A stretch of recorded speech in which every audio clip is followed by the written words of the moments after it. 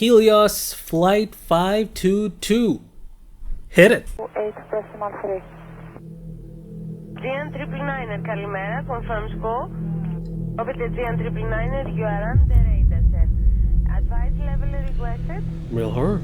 For the GN999, continue climb plate level 260. On the 14th of August, 2005, at 7:30 a.m., Helios Airways Flight 522, a flight That is crazy. Actual footage of Helios Flight. That's crazy. scheduled to travel from The ghostplane. Cyprus to Prague via Athens, was stuck on a loop 35,000 feet in the sky, and there had been no communication from the plane for over an hour. In a state of confusion, the Greek army sent 2 F-16 fighter jets to investigate, but as one of the pilots glanced a view inside the aircraft, they saw that disaster was about to unfold because the pilots were nowhere to be seen. They were about to witness one of the worst airplane disasters in European history, and it left everyone on the ground with one question. What happened to Helios Flight 522? They saw no pilot in the cockpit, only the co-pilot.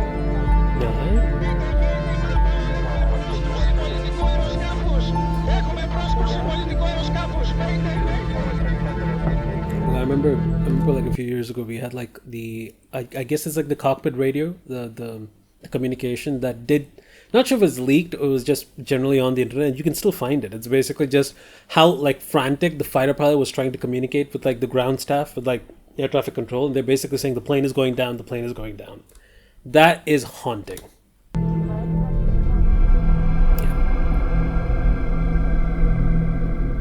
The story of Helios Flight 522 began at 9 p.m. on Saturday the 13th of August 2005, when a Boeing 737 aircraft, nicknamed Olympia, departed London Heathrow for Larnaca. Just like there's a Greek plane that's nicknamed Olympia. I mean, sure, makes sense. Cyprus. The plane was owned by Helios Airways, a low-cost Cypriot airline that chartered flights between Cyprus and the rest of Europe. The flight was, initially, fairly uneventful. But then the crew heard something strange. A loud banging noise was coming from one of the plane's doors. Upon further inspection, it also seemed that the seal around the door was frozen. Following procedure, one of the flight's crew members made a note of the incident in the aircraft cabin defect log, and when the plane landed at Larnaca Airport at 1:25 a.m. local time, those notes were passed to the captain for review, who personally spoke to the ground engineer team to ensure a full inspection was carried out. And with that, the crew left, and a full inspection began. The man in charge of the inspection was 44-year-old Alan Irwin, a well-liked and hands-on engineer from the UK who had been hired by Helios Airways on a 6-month contract. Okay. Following standard operating procedure for a Boeing 737, Alan carried out a cabin pressurization leak check to test the integrity of the door. To do this, he and his team needed to manually pressurize the plane while it was still on the ground. As part of that process, Alan switched something known as the pressurization mode selector, located on the cockpit panel, from auto to manual. It's important to remember that a plane's onboard pressurization system ensures that the plane is adequately oxygenated as it gains altitude. This is something that is always done automatically, but a manual option is available in order to perform on-the-ground tests. However, going through this process, Alan and the rest of his team were unable to recreate the problem, and so, after carrying on with other routine checks, he noted down that there were no known defects, no leaks, and no abnormal noises. Okay. Alan and the rest of his team felt that the onboard pressurization system was working just fine. This is the moment that starts off a chain of events that will seal the fate of everyone on board, because the pressurization mode selector had not been set back to auto. And that's still like, it's the Swiss cheese model of accidents. You feel me? It's like, yeah, there's one mistake in a chain of other mistakes that need to happen. Like all those things have to go through that those multiple, slices of cheese to get to disaster. You feel me? Yes, it was set to manual, but everyone should have checked that when, you take off from the plane, when the plane takes off, you kind of have to check every single knob and dial. It's in the right place. You better be in the checklist. On Sunday the 14th of August 2005 at 3:15 a.m. local time, the aircraft was released for its 6 a.m. flight to Prague via Athens. Fast forward to 5 a.m. The crew for Flight 522 arrived an hour before departure to complete a standard pre-flight briefing. Due to staff sickness, there had been some difficulty in putting together a full crew. Luckily, 2 attendants, Luisa Volterra and Andreas Prodromou, were able to fill in last minute. Initially, Andreas was reluctant to join the crew, but would eventually agree after discovering that his girlfriend, also a flight attendant, was serving as a member of the cabin crew on that particular flight.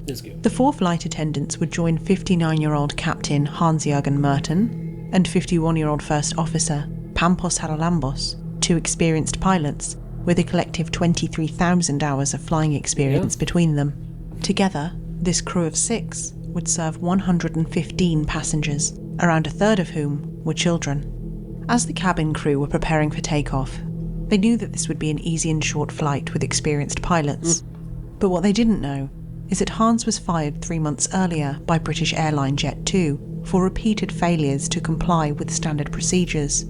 That's not something you want to hear, though. To be fair, that is something that's always like, uh-oh. In fact, nobody knows this, not even Helios themselves, because Hans' references were never asked for.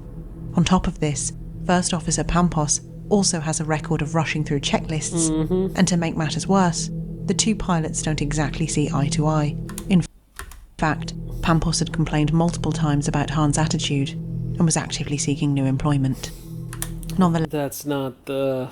It's not the right kind of airline culture you want to be a part of, because you want to have an airline culture where if there are problems and if there are issues, you want people to be able to speak up, and at the same time you also want, generally as I understand, you want to have a collaborative environment where you don't want it to be hierarchical. You want people to be able to speak up when there's a problem and assert the issue, figure out how to solve that problem, and solve the problem. You feel me? That's what needs to be done when you're in a pressurized tin can in the sky. You feel me? You're 10,000, thousands of feet up in the air.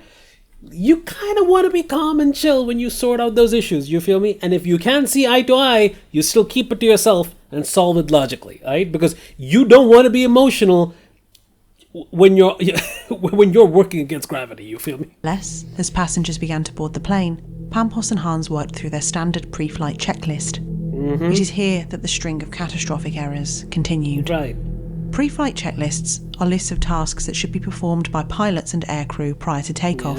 In the cockpit, pilots will be working through multiple lists designed to ensure that all switches and indicators are in the correct positions. Right. But Flight 522 was slightly behind schedule, and so, as both Hans and Pampos rushed through their checklists, they both failed to register that the pressurization mode selector was still on manual. I would still think that, if you have something as vital as breathing is not completely set up properly and even considering this may have been more than a decade ago for the accident, but at the very least, there should be a computerized system that basically tells you, like a flight configuration warning, right? At least something that tells you, by the way, check that knob, you feel me? It's not working properly. Or something. You need to throw up a warning so the pilot's like, oh, yeah, we missed that. At least that would fix the problem, or at least alert them that there's a problem. 6:07 a.m., 7 minutes behind schedule, the aircraft took off from Larnaca Airport.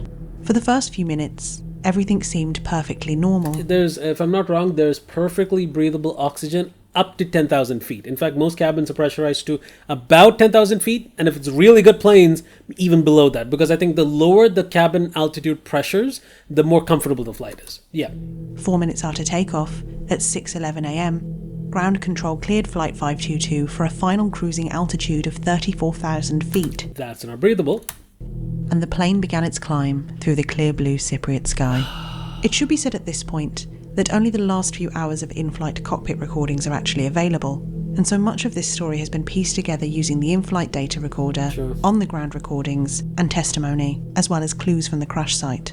And what this all shows is that due to the pressurization mode selector still being set to manual, the cabin was not automatically pressurizing, meaning the air was getting thinner, and there was increasingly less oxygen. Even though multiple indicators on the cockpit dashboard clearly showed that the altitude inside the cabin was abnormally high, for some reason neither Hans nor Pampos, 2 pilots with tens of thousands of hours of flight experience between them, noticed. To be fair, because you got to understand, obviously I'm not a pilot, but you would think that not getting enough oxygen to your mind is kind. I wouldn't say it's like being. Imagine it's like being sleepy as much as it's just your your cognition slows down. You're not able to think straight and think. You kind of feel lightheaded, but at the same time, you're still generally in control of your body until your brain just says, "Yeah, we're just gonna turn off real quick," and then just you black out. And if you have prolonged exposure to not enough oxygen, you die or you suffer brain death. Basically, it's not a good place to be. At 12,000 feet and climbing, yet another fatal and inexplicable error was made when a I like it that they specified it's explained that. Thank you. loud alarm started sounding in the cockpit. Because the pilots had missed the earlier signs that the cabin was not adequately pressurizing, they misread this loud alarm as an erroneous takeoff configuration warning. In other words, a glitch. The thing is, right, you need your mind to be perfectly set, and you have to be constantly ready, because you have to understand, taking off and landing are like the most critical sections of flight. So if your plane is throwing up a warning while you're taking off, you need to pay attention to it. But at the same time, that warning should have been given at like a much lower altitude, if I'm being honest. But because quite frankly, if they were taking off and they saw that alarm, they'd be like, okay, well, we need to figure out how to sort it out. But if you're at a high enough altitude and then the alarm sounds, they're probably not in the right state of mind to solve the problem. This was, in fact, the cabin altitude warning alarm. Yeah. While the two sound exactly the same, where the alarm sounds indicates which it is. And when it sounds off in the air, it means one thing and one thing only. Okay, that's bad design. I'm sorry, I did not know this, but that was bad design. I'm sorry, the cabin takeoff configuration and the cabin altitude warning having the same alarm, just put at different sections of the flight, is just, okay, wait, that I understand, but that cannot be an engineering mistake. I guarantee that is someone basically sitting up in management basically going, well, we could, instead of putting a different, distinct alarm, we could use the same alarm at a different time. That seems more of a managerial call than something what engineer would come up with, at least.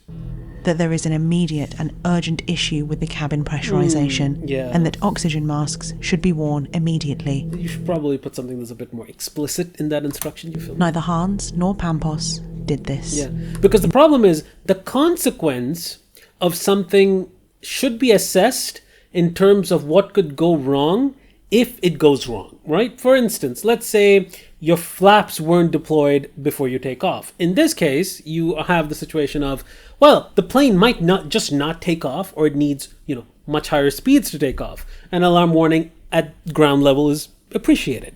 Now, you have a cabin pressurization warning where you can't breathe after 10,000 feet. You would still like to get that warning before 10,000 feet. Is maybe just my way of saying it, that's crazy.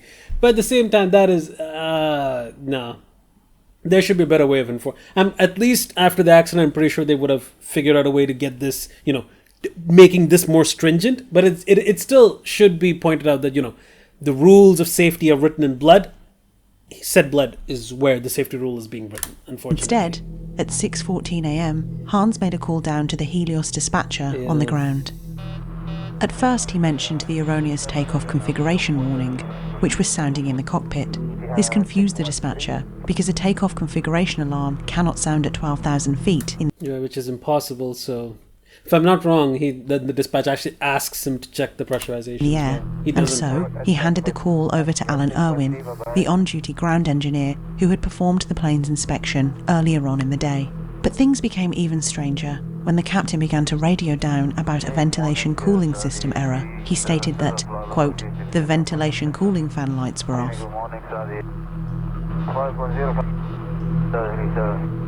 Then, moments later, he directly contradicted himself.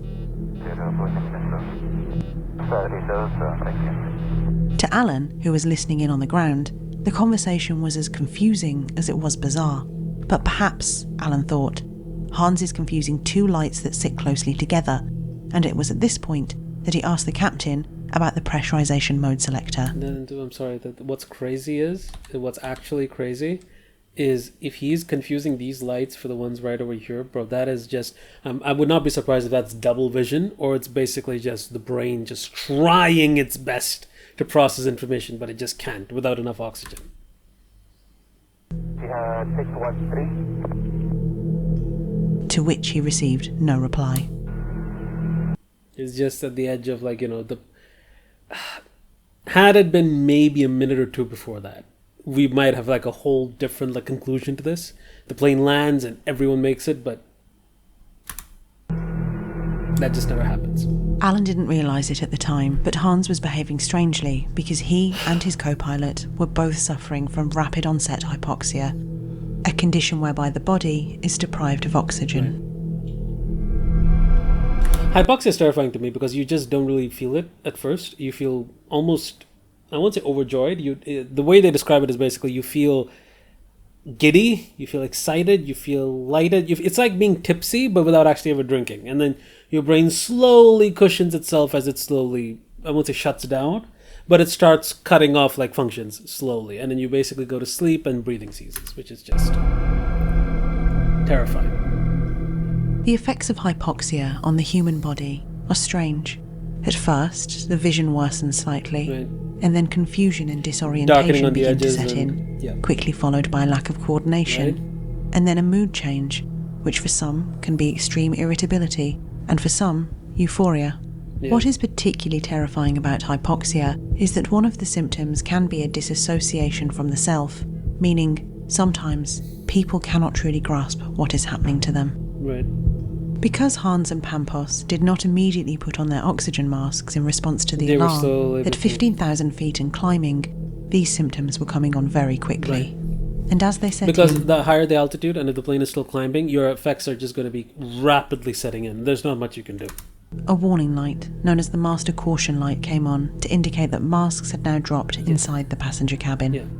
Those masks were able to distribute approximately 12 minutes of oxygen per person, more than enough for a plane to descend to a safe and breathable altitude. In theory. This was yet another warning that something was wrong with the cabin pressurization system. But it was too late. Both pilots were now too impaired to understand what was happening, and they were unable to work through the problem logically. Instead, both pilots got distracted by the equipment cooling light, which came on because the onboard computer systems were not being cooled properly Which is due to the pressurization that was lacking. Like without enough airflow, it also heats up. Yeah. to the inadequate pressurization. Right. And it was this that both pilots chose to focus on in their increasingly hypoxic state. Hans believed that it could be fixed by a system reset, and down on the ground, Alan, still baffled, continued to ask Hans about the pressurization mode selector. Hans ignored him and demanded to know where the circuit cooling breakers were, to which Alan replied, "Behind your seat." 13 minutes after the flight took off, at 6:20 a.m, the line went silent. Yeah. And Alan, confused but satisfied that he had answered all of the captain's questions, went home. I don't. I'll be honest for the engineer, right? If the captain query was about the circuit breaker lights, and then you also think he's acting erratic, and at the same time you have a suspicion that, hey, by the way, your pressurization might be off, you might want to say that to more people. Honest, if I'm being honest, but I can understand where he's coming from. If the line goes quiet and the captain seems irritable, I understand he didn't want to have like more aggressive conversation with the captain. I can understand that.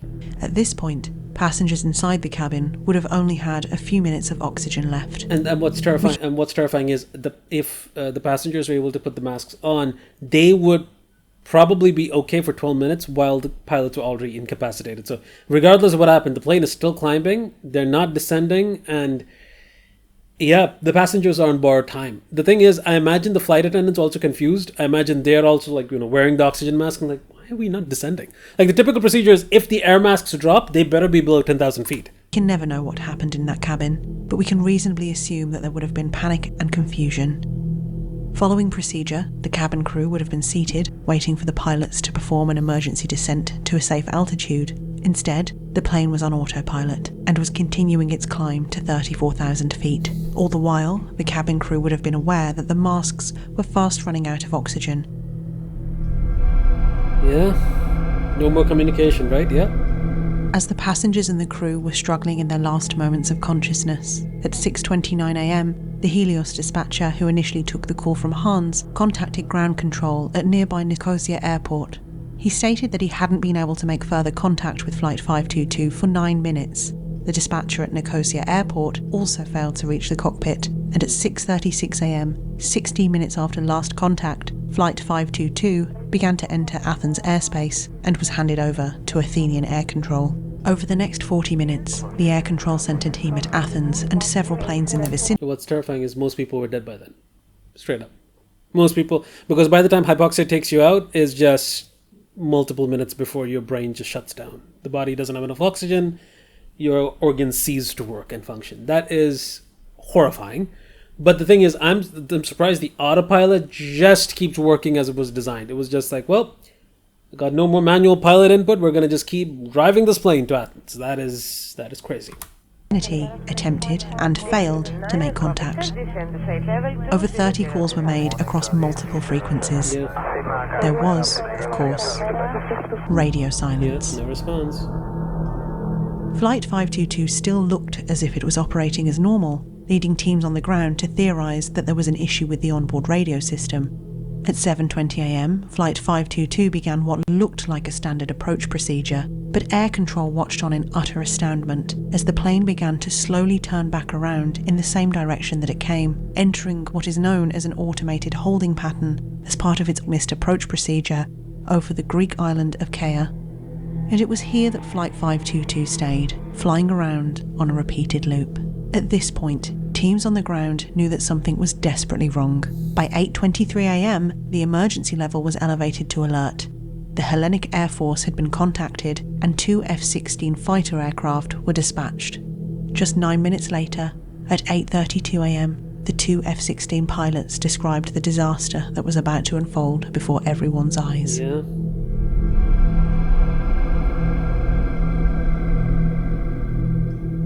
Teams on the ground listened in horror as they were told that First Officer Pampos Haralambos was slumped over the control panel and Captain Hans-Jürgen Merton was nowhere to be seen. Later, they would find out that he had passed out, searching for the switch behind his seat. Yeah, he would have stood up, tried walking to get where he wanted to, and then just collapsed, yeah. No one was flying that plane. The 2 F-16 pilots went on to describe how all passengers were sat completely motionless, with their oxygen masks dangling uselessly above them. Right. I saw 2 passengers on the left side of the aircraft. They were sat motionless in their seats and were wearing oxygen masks on their faces. That's when I saw additional oxygen masks dangling from the passengers' overhead units.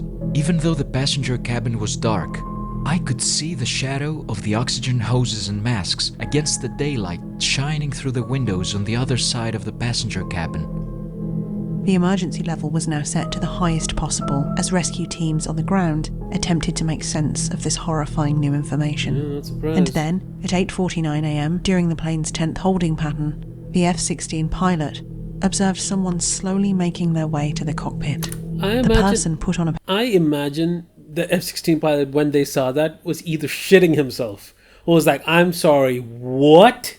Is just, could you imagine? I mean, just genuinely think what's going through his mind when everyone's dead on a plane that's flying on autopilot, which is already a horrifying situation. But then you see something move or someone move in the plane is just going to be like, oh my God, oh my God. That is terrifying. Now, imagine from the perspective of who's actually walking inside the plane. Imagine their perspective of everyone's dead, the pilots are dead, the fighter jet's outside, and they're still moving. Like, I'm guessing with oxygen masks or like the cylinder, right? Yeah. Pair of headphones and placed their hand on the controls in front of them. But just 1 minute later, the left engine stopped working due to fuel deprivation, and the plane, all of a sudden, began to rapidly descend. I've always wondered, because I never got an answer for this, but I always wondered why, because I presume this was the flight attendant that managed to, like, because they have the 4-digit code into the cockpit. Why didn't he go into the cockpit earlier? Like, even at a different time? Like, had they waited past 12 minutes and still, people were unable to, like, breathe anymore, I imagine it would have vouched for a situation of them trying to call the pilots on, like, the phone itself to get in contact with them. But if they couldn't, they could always dial in the 4-digit code, enter. And if they saw the pilots incapacitated, I imagine they don't have training for this, but if they managed to put the nose down 10,000 feet and just hold it steady for a bit, maybe there would have been enough air to bring some people back. I don't know. Regardless, I always wondered why it wasn't done sooner. I always wondered. I don't have an answer for that. The following conversation is recorded between the 2 F-16 pilots and the rescue teams on the ground. And this is the audio I think I've heard before, yeah. Φορούσε ένα γυλαίκο και μπλε πουκάμισο, δεν έδειχνε να φοράει στολή. Γυλαίκο και μπλε πουκάμισο.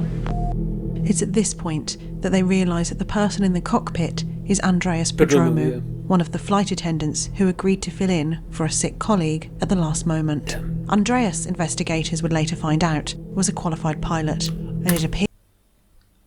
Oh my god, I didn't even know that, but that makes this even more horrifying. Oh my god. They were in for 10 holding patterns, right? And they flew the entire way there, which is 40 minutes. I mean... That's got to be painful. Could he have taken control of the plane later? It may not have been hours in, but could he have taken control of the plane, brought it down somewhere? Appeared that he was controlling the plane, but he had no training on a Boeing 737, and the plane was now rapidly losing altitude at a rate of around 1,500 feet per minute. I mean, to be honest, I'm not saying it's not hypothetical, but I imagine if he's able to at least work the communication devices, the radios, to at least get to contact on the ground, would it have been possible for like someone on the ground to basically teach him enough to be able to use the automation to land the plane? It wouldn't be far off. I guess it was a timing thing. If he had managed to do this earlier, maybe. But I don't know if that would... Τα οπτικά σήματα δείχνει ότι δεν ανταποκρίνεται. The F-16 pilots desperately tried to make visual contact, but Andreas was not responding. Instead, the words "Mayday, Mayday, Mayday. This is Helios Airways Flight 522." He may have had the what do you call it? The mask. If I remember, there was an air crash investigation episode where they had a cylinder and he had a mask and he was walking, but I imagine that's only getting enough oxygen just to keep you awake, but it's not meant for like hours of using it, right? I don't know. Was weakly spoken into the cockpit radio, which was set to the wrong frequency. These recordings would later be recovered from the crash site. But as the plane was going down, Andreas was speaking into the void. Pull up. Think rate. Think rate. Terrain. Pull up. Think rate. And the terrifying thing is, it's what he would have heard and no one else, because everyone else would have been dead by then. Every single person. Think rate. Terrain. Pull up. At 8:59 a.m, the right engine on the plane gave out. At this point, Andreas looked directly at the F-16 pilot, slowly lifted his hand, and weakly pointed downwards. They're going down. Τη στιγμή δείχνει ο άνθρωπος που κάθεται στο θάλαμο διακυβέρνησης ότι με βλέπει. Ελήφθη. Που κάνω τα σήματα αναχέτησης δεν ανταποκρίνεται, με οπτικό σήμα διαχειρός έδειξε ότι με βλέπει. Ελήφθη. Συνεχίζει τα περάσει 7.000 το αεροσκάφος. Ποστών αρνητικών στα 5.000 πόδια με πορεία 2.18. The plane's descent was happening so quickly that the teams on the ground were struggling to keep up. Yeah. Το αεροσκάφος είναι στα 2.500 πόδια, πετάει πολύ χαμηλά πάνω από ξηρά. Πάμε 132, πόσο είναι? Altitude. Πάμπο, αυτή τη στιγμή το αεροσκάφος δείχνει ότι πάει για το έδαφος. Altitude. Κύριε Μάμπο, το αεροσκάφος πάει προς το έδαφος. Ελήφθη. Θέλει για τα κατομάμω. Αθήνα, το αεροσκάφος αυτή τη στιγμή πάει για το έδαφος. Altitude. I'm surprised what that F-16 pilot is going through, because I imagine even he's trying to keep up with the plane, but it's just not. 103 μίλια. Altitude. Mayday, Μάμπο, έχουμε πρόσκρουση πολιτικού αεροσκάφους. Έχουμε πρόσκρουση πολιτικού αεροσκάφους. Mayday. Ελήφθη. Σας αναφέρω συντεταγμένες, Μάμπο. Έχει προσκρούσει σε κορφή βονού. Mayday. Ελήφθη, αναμένετε συντεταγμένες.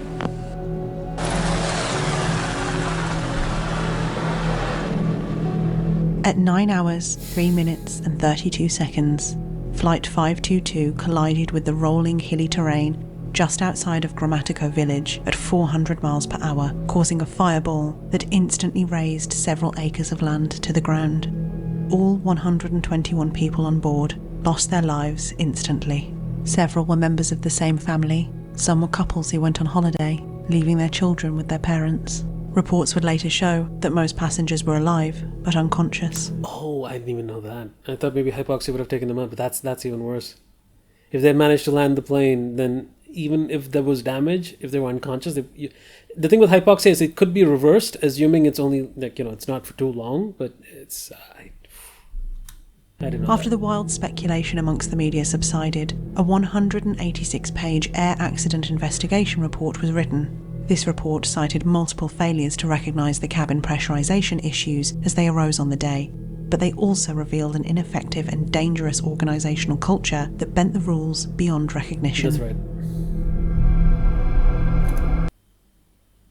I think I know it till at least this point of the video, because I understand that at the very least, I know how the plane went down. I kind of understood, okay, not enough oxygen, pilots incapacitated, autopilot running the plane, the flight attendant trying to get control of the plane, but it was too late, they lose fuel, they crash into the ground. Nowhere at that point in time did someone tell me about ghosts.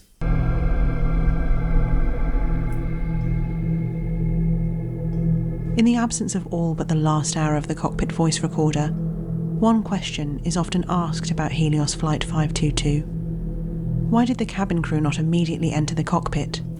And if they The question right here. did, Why did they not make contact with teams on the ground over the radio?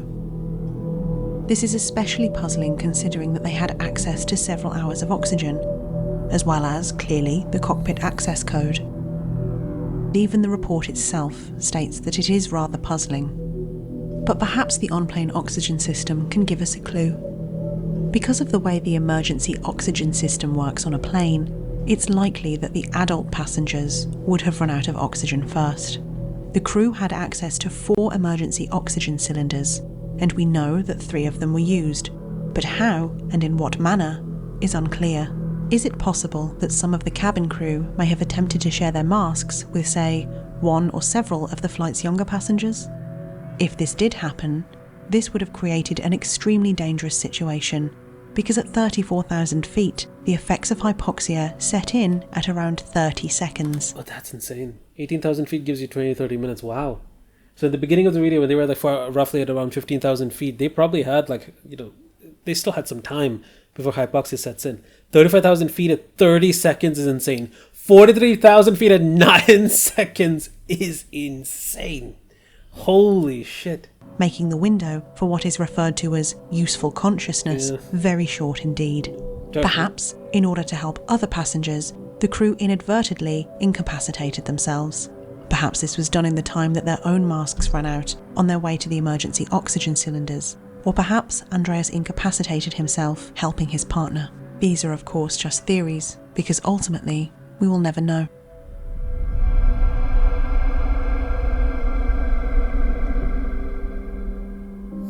Helios Airways continued operations until November 2006, but sustained massive losses and eventually went out of business. In 2007, several families of those who died in the crash sued Boeing for €76 million. The lawyer leading the case highlighted that having the same alarm in place for 2 different types of dysfunction, one relatively minor and the other with potentially devastating consequences, was negligent. I imagine... I'm going to speak after what happens next, I guess. All parties ended up settling out of court. So I imagine, so they were able to be successful in their argument. Because I think, it seems stupid to have two alarms with 2 different functions sounding the same. And then, in 2008, 4 Helios officials, including Alan Irwin, were charged with manslaughter, and after a complicated legal battle with the Greek courts, were all eventually found guilty in April 2012. By 2013, however, Alan Irwin had successfully appealed. Other Helios officials were sentenced to 10 years, but were all ultimately able to pay their way out for €79,000. Yeah. This has angered some, who feel that to this day, justice has not been served. Today, a memorial dedicated to the victims has been built on the crash site. It stands as a reminder of the lives lost in this unbelievable tragedy.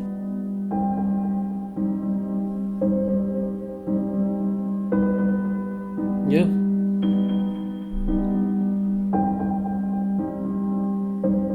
And they said every single time, safety rules are often written in blood. Never know why. That's good.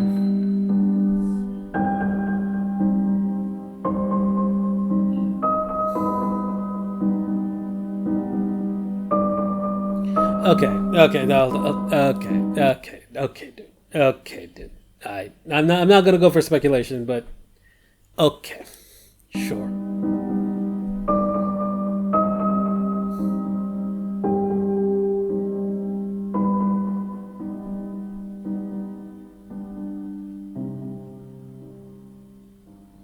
That's a damn good video. But yeah, that's the thing with aviation, man. It's all about switches and airline culture for some reason. As much as there's going to be like human error around the way, you still want systems and procedures in place so that you still manage to catch these errors on time and people's lives are saved. Do you feel me? And to the best extent, I would have loved to say aviation is safer today because of all these lessons learned, but on light of many recent events, I feel like that's a very difficult statement to say. So that being said, yeah.